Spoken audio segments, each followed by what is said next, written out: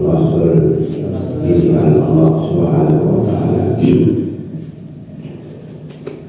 Nah, mereka manusia pilihan, entah itu nabi terakhir ataupun nabi Rasul lainnya, di manakah dan diam mereka itu akan menjadi suri tauladan, akan menjadi ikutan bagi masyarakatnya. Maka Allah Subhanahu wa Ta'ala menganugerahkan ismah kepada mereka. Allah menganugerahkan kepada mereka pemeliharaan, penjagaan. Tidak mungkin Nabi dan Rasul melakukan kesalahan. Tidak mungkin mereka mengerjakan dosa sengaja ataupun tidak sengaja, dalam keadaan ingat ataupun lupa, karena mereka ditentukan sebagai uswatun hasanah, sebagai public figure, sebagai panutan bagi umat manusia, bagi masyarakat masing-masing. Ini hanya Nabi dan Rasulullah yang kemudian tidak mungkin melakukan kesalahan dari kalangan manusia, tentunya dari kalangan manusia. Ya, malaikat ya, tentunya juga ya, dianugerahi oleh Allah Subhanahu wa Ta'ala kemuliaan, keistimewaan, karena mereka sebagai penjaga, ya, penjaga syariat Allah, ya, penjaga aturan-aturan Allah Subhanahu wa Ta'ala. Meskipun tidak semua mereka ditugaskan untuk membawa wahyu, meskipun tidak semua mereka diberi tugas untuk membawa wahyu, menunjukkan wahyu, namun mereka pun dianugerahi ya, ismah oleh Tuhan. Tidak mungkin melakukan kesalahan, tidak mungkin melakukan kekeliruan. La ya'sunallaha ma amaruhum wa yaf'aluna ma yu'marun. Jadi mereka tidak mungkin menyalahi Allah, mereka tidak mungkin melanggar aturan-aturan Allah Subhanahu wa Ta'ala. Ya. Selain malaikat, selain Nabi Rasul, potensi atau peluang untuk melakukan salah itu terbuka lebar, terbuka lebar. Sebabnya Imam Ibnu Qayyim rahmatullahi ta'ala mengatakan, "Atadunnu anna as-salihina bila dzunub." Apakah kamu menduga, apakah kamu menyangka bahwa orang soleh itu tidak ada dosanya? Ya. Apakah kamu mengira bahwa mereka tidak ada dosanya, tidak ada kesalahannya?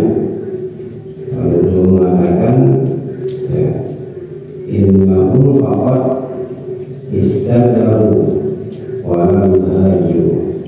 Mereka seandainya melakukan dosa, melakukan kesalahan, tidak berani mengamalkan dosanya, tidak berani melakukannya tanpa mereka bersembunyi, ya, di tempat yang tidak dilihat oleh siapapun, ya, tidak ada yang melihat. Seandainya mereka melakukan kesalahan, maka mereka tidak berani mengamalkan kesalahannya, tidak berani menampakkan kesalahannya, tidak berani melakukan dosa di hadapan orang banyak, di depan orang, dilihat oleh orang, apalagi sampai ditawan, diamankan, ya, supaya tidak ketahuan. Ya. Seandainya mereka melakukan kesalahan, maka mereka tidak berani memamerkannya, mereka bersembunyi, mereka melakukannya di tempat yang tidak ada seorang pun melihatnya. Itu hanya Allah Subhanahu wa Ta'ala tentunya. Karena Tuhan dimanapun kita melakukannya, pasti Dia tahu.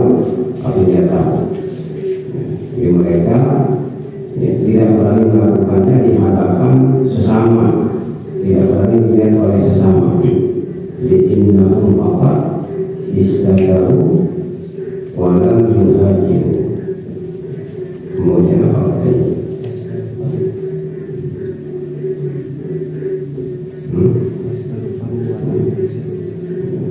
Wastaghfaru walam yusiru.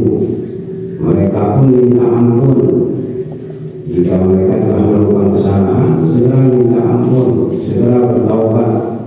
Walam yusiru, dan mereka tidak melanjutkannya, mereka tidak meneruskannya, tidak berkelanjutan dosanya, tidak berkelanjutan kesalahannya. Jadi setelah mereka sadar bahwa ada dosa, ada kesalahan yang dilakukan, meskipun tidak seorang pun melihatnya, meskipun tidak seorang makhluk pun mengetahuinya, namun begitu mereka sadar, maka mereka segera minta ampun kepada Allah. Walam yusiru, dan tidak berani meneruskannya, tidak berani melanjutkannya, mereka menyesal. Wa'tarafu walam yuqarriru. Ini yang penting. Dan mereka mengakui dosanya, mereka mengakui dosanya. Walam yuqarriru, dan tidak mencari pembenaran, tidak mencari alasan-alasan supaya kesalahan yang dilakukan dianggap benar. Karena sampai kapanpun kesalahan, dosa tidak akan pernah berubah menjadi benar, menjadi kebaikan. Dosa tidak pernah berubah menjadi pahala. Kesalahan tidak pernah berubah menjadi kebenaran, tidak akan pernah. Wa'tarafu walam yuqarriru. Mereka mengakui salah, mereka mengakui salahnya, jujur di hadapan Allah, bahkan jujur di hadapan sesama manusia.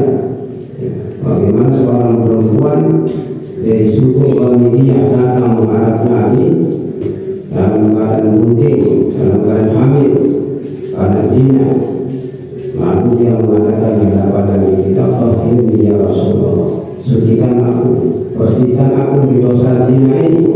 Aku sudah berzina, aku sudah berzina. Bersihkan aku, rajamlah aku, karena aku sudah berzina. Sahabat Nabi, mereka bukan Nabi, bukan Rasul, hanya sahabat saja, bukan juga malaikat. Potensi salah terbuka, dan itu terjadi, tercatat dalam sejarah, Jadi mereka mengaku salah,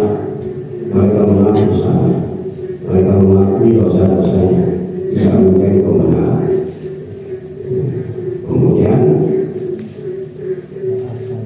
wa ahsanu ba'dama asyaru, mereka berbuat baik setelah sebelumnya melakukan dosa-dosa. Jadi kesalahannya kemudian diganti dengan kebaikan-kebaikan. Wa lil hasanata wa lil sayyi'ata hasanata tamsuha. Allah alaihi wasallam, siapapun dipastikan ada kesalahan, ada dosa yang dilakukan, namun mereka yang memiliki derajat mulia, memiliki kemuliaan di hadapan Tuhan, tidak akan pernah mencari kebenaran, tidak akan pernah melanjutkan kembali salahnya. Jika mereka memang orang mulia, jika orang mulia segera bertobat, segera minta ampun kepada Allah Subhanahu wa Ta'ala. Dimuji Rasul Sallallahu Alaihi Wasallam tidak hanya dilakukan pada saat datang bulan Rabiul Awal, tapi sepanjang masa, sepanjang hayat, sepanjang kehidupan ini ada, sepanjang nafas kita masih berhembus, puji-pujian sanjungan kepada Rasulullah Sallallahu Alaihi Wasallam selalu disuarakan sebagai kecintaan kita kepada Rasulullah SAW, juga ingin mengikuti ya, keterangan Allah Subhanahu wa Ta'ala, mengikuti keinginan Allah Subhanahu wa Ta'ala yang selalu memuji dan menyanjung ya kekasihnya sepanjang masa, sepanjang waktu.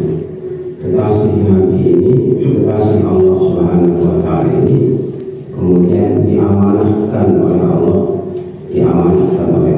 pada saat melakukan Isra Mi'raj, ya, diamanahkan oleh Allah ya, untuk melakukan ya sholat 5 waktu bersama dengan masyarakatnya, bersama dengan umatnya, sholat sampai diambil perintahnya, diterima perintahnya oleh Nabi kita hingga melewati langit ketujuh, hingga melewati Sidratul Muntaha.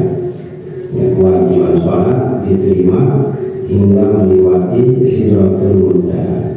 Jangan sampai sholat ini kemudian dikalahkan oleh zikir-zikir hanya di atas gunung. Zikir di atas gunung, setelah zikir kemudian tidak lagi mengikuti sunnah Rasul. Cukup dengan berzikir, cukup dengan berdoa, karena hati sudah bersih, lalu mengabaikan syariat Nabi, mengabaikan petunjuk Nabi, tidak lagi mengikuti Rasulullah SAW. Zikir di atas gunung mengarahkan sholat yang diterima di puncak langit, tidak masuk akal. Apalagi zikir tidak di puncak gunung, hanya di rumah. Ada zikir-zikirnya pun dia sepuncak gunung, tidak mungkin zikir-zikir ini kemudian menjadi penyebab sehingga syariat Allah menjadi gugur semuanya, menjadi hilang semuanya, tidak perlu lagi diamalkan, tidak perlu lagi dilaksanakan. Satu kalimat yang disebut oleh Imam Ibn Athaillah As-Sakandari rahmatullahi ta'ala alaihi, beliau mengatakan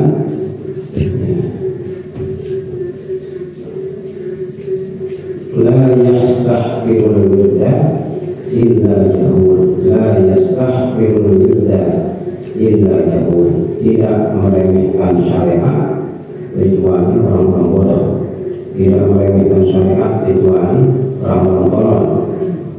La yastahqirul wirda illa jahul, tidak meremehkan syariat kecuali hanya mereka yang tidak paham agama, tidak mengerti agama, tidak paham agama, tidak mengerti agama. Ini ada syariat, ada tariqat, ada kemudian hakikat, namanya dalam ayat atau semuanya itu bersumber dari Al-Quran, bersumber dari Sunnah Rasulullah SAW. Mudah-mudahan dengan pujian kepada Nabi yang selalu disuarakan, yang selalu didengungkan, menjadikan kita senantiasa berada dalam tauhid hidayah Allah Subhanahu wa Ta'ala, sehingga mampu menjalankan segala aturan Allah, aturan Rasul sesuai dengan kemampuan kita